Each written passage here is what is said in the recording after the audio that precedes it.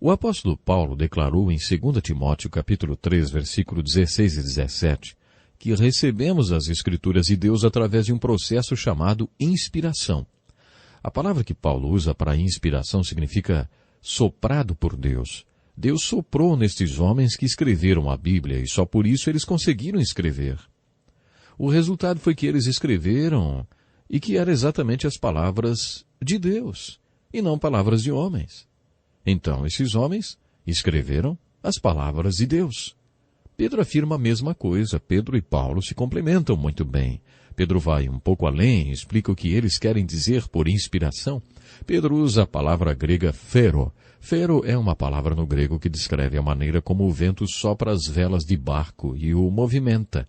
Pedro está nos dizendo que foi assim que estes homens receberam a inspiração de Deus. É como se fosse o vento do Espírito soprando nos navios e levando-os a falar as palavras que eles falaram ou a escrever o que escreveram. O resultado é que não existe nenhum trecho das Escrituras originado no impulso humano. A fonte das Escrituras foi o próprio Deus. É por isso que usamos a expressão Palavra de Deus. Você crê na afirmação que a própria Escritura faz de que ela é a Palavra de Deus para todos nós? Quando você faz essa pergunta para você mesmo, qual é a resposta que vem lá no fundo da sua mente e do coração? Você sabe o que João 17, versículo 17 afirma? A tua palavra é a verdade. Nós mesmos ouvimos essa voz vinda dos céus, quando estávamos com ele no Monte Santo. Pedro estava se referindo à transfiguração de Jesus. Apenas Pedro, Tiago e João testemunharam a transfiguração de Jesus. Segundo Pedro, a palavra de Deus que chegou até nós através do processo de inspiração é mais concreta do que a experiência no Monte da Transfiguração. Ele está nos dizendo que devemos buscar a palavra de Deus como se estivéssemos nos aproximando de uma luz que brilha no escuro. A palavra de Deus é luz e quando você se aproxima dela, algo acontece no seu coração. Pedro descreve esse acontecimento como uma metáfora, com uma metáfora muito bonita.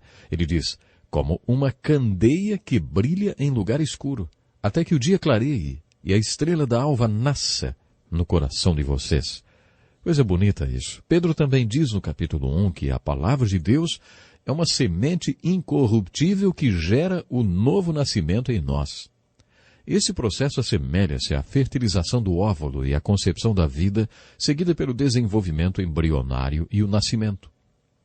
Quando você busca a palavra de Deus, a luz que brilha no escuro, e passa a viver e a aplicar o que ela lhe diz, algo acontece no seu coração. Paulo afirma que Cristo é a esperança da glória. Cristo vem morar em nossos corações para que experimentemos o grande milagre.